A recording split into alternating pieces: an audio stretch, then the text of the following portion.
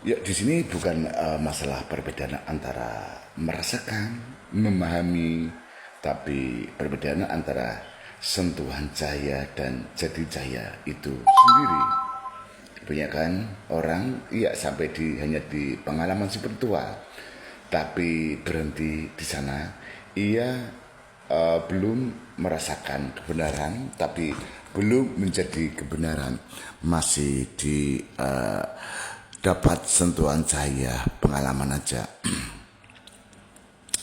Pengalaman spiritual realisasi ontologis ini ya, pengalaman spiritual umumnya masih terjadi dalam struktur ego atau identitas halus ya. Yang mengalami itu masih ada aku ya, aku melihat cahaya, aku merasa tenang, aku bersatu dengan semesta, aku mendapat pengetahuan. Posisi ini semua itu tetap menyisakan subjek yang mengalami.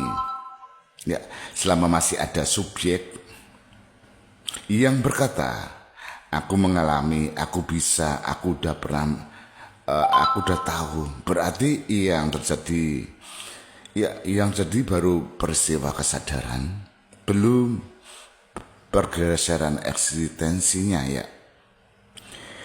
Ilmu sejati dalam pengertian ontologis ya baru muncul ketika yang mengalami sudah lenyap dan yang tersisa hanyalah ada. Ya, hanya ada dan gak ada apapun, hanya keberadaannya ada yang mengalami dirinya sendiri. Bukan aku yang mengalami, bukan aku personal. Semua udah lenyap. Kalau ilmu yang sudah duduk sejati, semuanya nggak ada. Hanya ada yang berbicara tentang ada. Dirinya sendiri berbicara dengan dirinya, bukan kepada siapapun dan aku kepada apapun. Udah subjek udah hilang. Pengalaman datang dan pergi, ilmu adalah yang tidak pernah datang dan pergi. Kadang-kadang orang hanya mengalami, hanya terbesit oleh cahaya dan bisa mengklaim aku udah mengalami, hanya sebatas pengalaman. Sedangkan ilmu itu sendiri ya sobat ya, ilmu itu sendiri adalah yang tidak pernah datang dan tidak pernah pergi.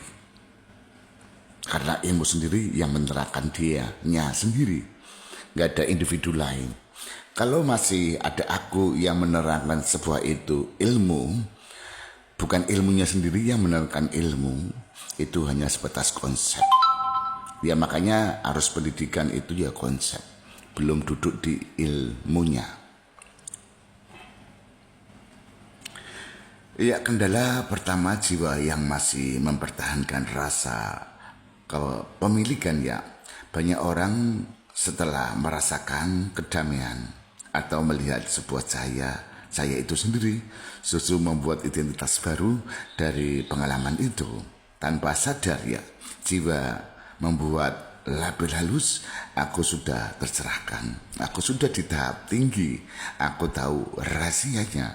Maka pengalaman spiritual itu tidak ya merubah menjadikan sebuah ilmu.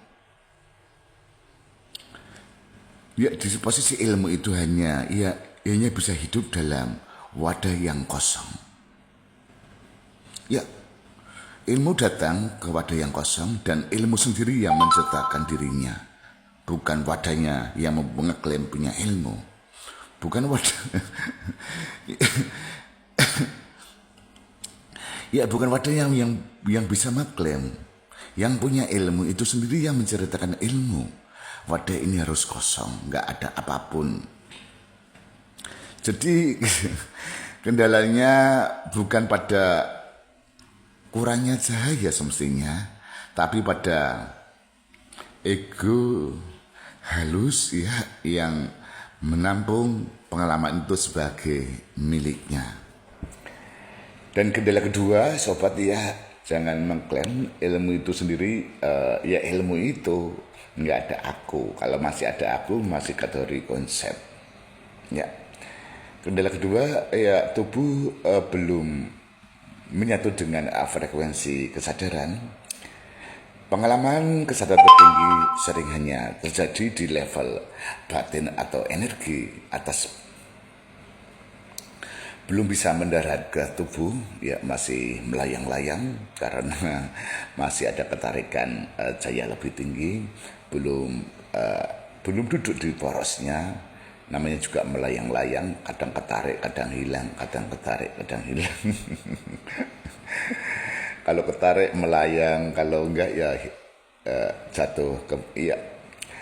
Ketika kesadaran belum turun dan enggak menyatu ke jaringan saraf nafas dan poros tubuh, maka kesadaran hanya jadi sensasi, bukan bukan realisasi atau teraktual gitu ya. Tubuh masih beroperasi dengan pola lama, ya bisa jadi kolektif, iya masuk reaktif, menolak atau takut, masih ada penolakan. Di sini tubuh menjadi medium ilmu, bukan tubuh yang punya ilmu. Yang punya ilmu ya ilmu itu sendiri, bukan hanya menumpang pengalaman. Karena ilmu bukan sesuatu yang diketahui, melainkan pola keberadaan yang menghidupi tubuh. Dan kendala ketiga ya sobat, pikiran masih menjadikan pengalaman sebagai cerita. Setelah pengalaman spiritual, pikiran cenderung ingin memaknai, membandingkan, menafsirkan. Padahal tafsir itu sendiri menurunkan frekuensi kesadaran ke dualitas, karena diperpadat, direndahkan lagi, karena apapun yang ditafsirkan kan udah turun derajatnya, teruraikan, levelnya udah turun, makanya masuk ke dualitas. Apapun yang udah ditafsirkan ya udah terdistorsi oleh pikiran. Kalau udah distorsi oleh pikiran ya keranjang kuningnya di dualitas. Ya sobat, ya kita teruskan ya. Jadi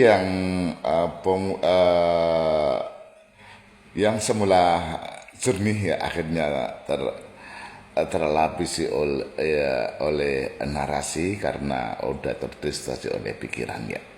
Tafsir jangan jadi barometer karena udah lewat pikiran. Ya narasi gini ya sobat ya. Kemarin aku mengalami cahaya tapi sekarang hilang. Tahu cahayanya kemana?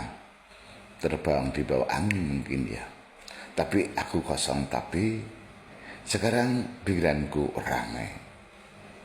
Padahal yang hilang itu bukan kesadaran, tapi pikiran kembali menjadi pusat segalanya. Begitu pikiran berhenti menjelaskan, ilmu mulai menyala dan dari dalam. Ya ilmu itu nggak kemana-mana, ilmu ada. Dan yang bisa menjelaskan ilmu ya ilmu sendiri. Mungkin perangkat tubuh ini hanya sebagai alat, sebagai penyaluran, dan nggak ada kapasitas tubuh untuk mempunyai. Mungkin lewat tubuh ini ilmu bisa tersampaikan. Cuma itu aja sobat ya. Jangan salah artikan, kadang hilang, kadang kabur, kadang melayang, kadang terseret, itu masih sensasi, belum duduk, masih banyak ego, dan masih kesadaran belum duduk, banyak ranah yang harus dibenahi. Kalau pengalaman demi pengalaman tanpa menyentuh, tanpa duduk di ilmunya, hanya sebatas ya kalau orang bilang angin lewat gitu. Angin lewat ya kabur kayak kabur kelingan, kalau bahasa Jawanya apa sobat? Kabur kayangan itu ya. Hanya disamperin angin menjadi klaim, berbahaya ntar.